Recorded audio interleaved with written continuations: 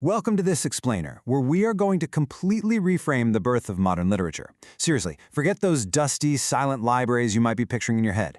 Instead, we're looking at the incredible voices who used everyday language to literally fight back against the establishment. We're going to see how writers all across Europe hijacked traditional forms, openly mocked the elites, and perfectly captured the anxieties of a rapidly expanding world. Okay, let's dive right into this.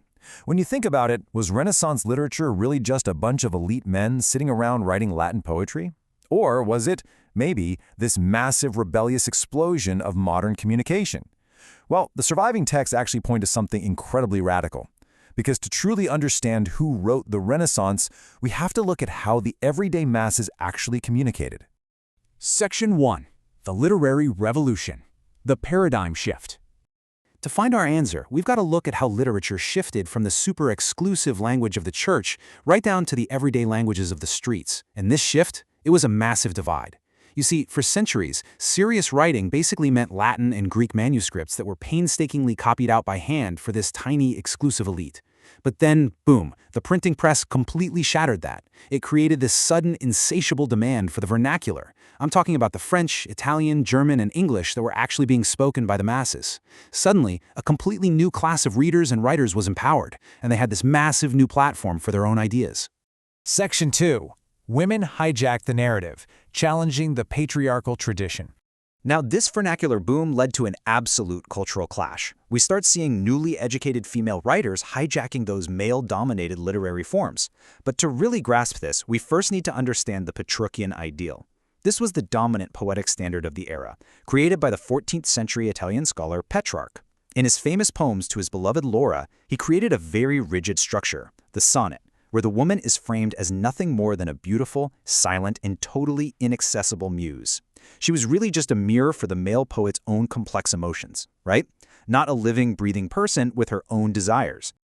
Enter French writer Louise L'Abbé in 1555. She completely shatters that submissive ideal. Publishing out of Lyon, she literally takes the Petrarchan sonnet and turns it inside out. Instead of just sitting there as the passive object of a man's gaze, she reclaims the physical gaze for herself. She uses her poetry to strongly assert her own sensual and intellectual equality. She's competing directly with male writers on their exact own turf, and flatly refusing to play the part of a silent muse. And what's so fascinating is that this pushback was echoing all across Europe. Cut to 1573 in England, and you have Isabella Whitney doing something just as revolutionary. She explicitly rejected her assigned domestic duties in favor of the creative freedom of the pen. Think about that for a second. In a time when women were absolutely expected to manage the household and stay entirely out of the public sphere, Whitney publicly, firmly, and unapologetically chose the life of a writer instead. And then we have the Venetian courtesan Veronica Franco. In 1575, she delivers this striking realization for her era, that female education and the printed word are the absolute ultimate weapons to dismantle patriarchal dominance. By publishing her own poetry, she stepped right out of those idealized, mysterious shadows of Petrarchan love. Instead, she presented a completely different, totally grounded, and fiercely intelligent version of womanhood.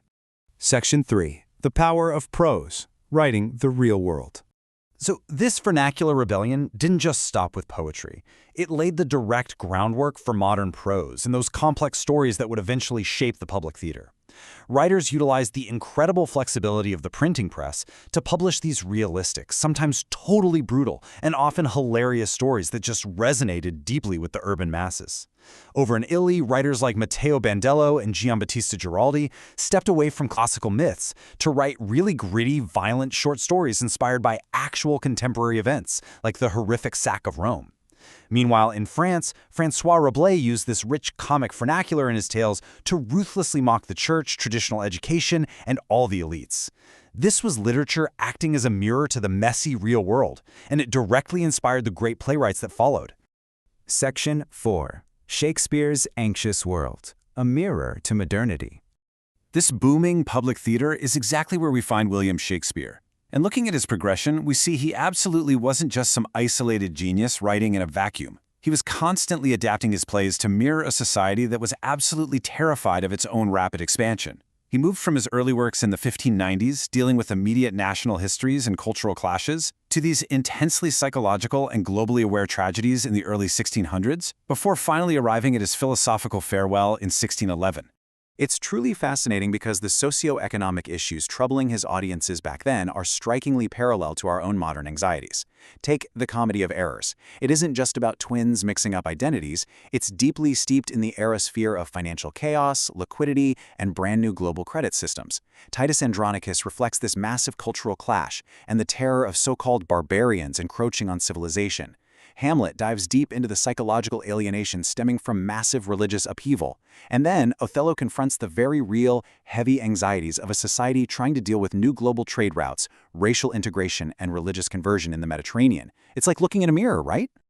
Even in his poetry, specifically his famous Sonnet 130, Shakespeare deliberately mocked those old elite Petrarchan ideals. You probably know the one, "My mistress's eyes are nothing like the sun." Instead of writing about an impossibly perfect, silent goddess, he portrays a human relationship with a messy, beautifully grounded reality. He basically proves that true love and real art don't need false, elite comparisons. They actually thrive in the vernacular, right in the everyday truth of human existence. So I want to leave you with this final, truly provocative thought about his farewell play, The Tempest. This play looks east toward Carthage and Tunis, and west toward the newly discovered Americas, directly grappling with colonialism and global expansion. Did these vernacular, rebellious voices, the women who boldly hijacked the sonnet, the prose writers who embraced the gritty city streets, and playwrights like Shakespeare, did they merely reflect their changing Renaissance society? Or, by giving voice to these massive cultural, financial, and psychological shifts, did they actually write the very blueprint for the globalized world we live in today?